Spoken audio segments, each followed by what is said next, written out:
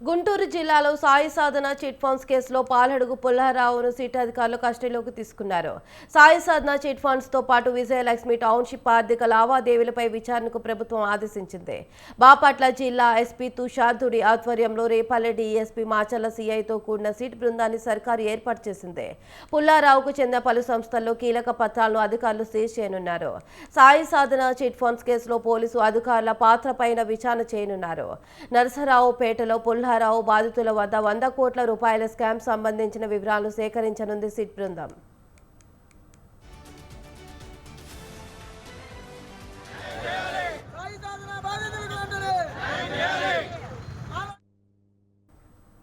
ఇదే అంశంపై మరింత సమాచారం వీరస్వామి ఫోన్లో అందిస్తారు. చెప్పండి వీరస్వామి.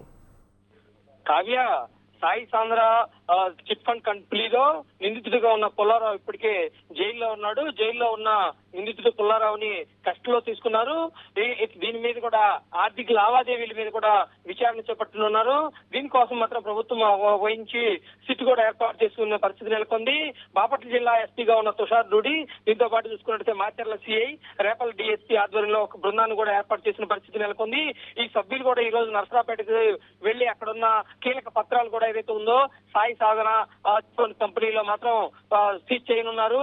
అదే విధంగా చూసుకున్నట్లయితే మాత్రం రాజ్యలక్ష్మి అనే మహిళ వద్ద విజయలక్ష్మి టౌన్షిప్ కి సంబంధించిన కూడా దాంట్లో పెట్టుబడులు పెడతాము అని చెప్పి ఆమె దగ్గర కూడా 11.60 లక్షలు తీసుకుని ఆమెను మోసం చేశారు. కానీ విజయలక్ష్మి టౌన్షిప్ లో పెట్టకుండా మాత్రం పుల్లారావు తన సొంతానికి వాడుకున్నారని పటాపురం పోలీస్ స్టేషన్ లో కూడా ఫిర్యాదు చేసిన నేపథ్యంలో పటాపురంలో పోలీసులు కూడా కస్టడీలో తీసుకున్న పరిస్థితి నెలకొంది. ఈ నేపథ్యంలో దీనంతటి మీద కూడా విచారణ చేస్తున్నారు. లోతైన విచారణ కొనసాగనున్నది. ఈ 100 కోట్ల రూపాయల స్కామ్ లో దాదాపు 400 మంది బాధితులు కూడా ఉన్న పరిస్థితి నెలకొంది. ఇప్పటికే చూసుకున్నట్టయితే మాత్రం ఈ దీనిలో ప్రమేయంలో మాత్రం పోలీసుల పాత్ర ఉందనేది అనుమానాలు కూడా వ్యక్తం అవుతున్న పరిస్థితి ఉన్నది. ఆ కోణంలో కూడా విచారణ చేసే అవకాశాలు కూడా కనిపిస్తున్నాయి.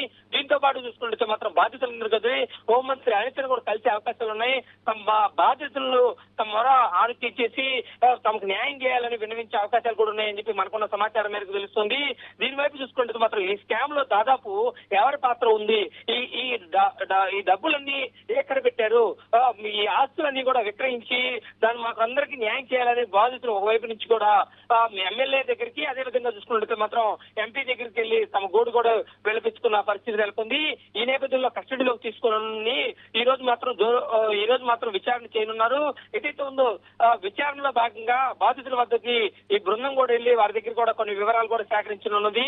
దీంతో పాటుగా చూసుకున్నట్లయితే మాత్రం పుల్లారావుని మరికొద్ది సేపట్లో ఇక్కడి నుంచి నరసరావుపేటకు తీసుకెళ్లే అవకాశాలు కూడా కనిపిస్తున్నాయి.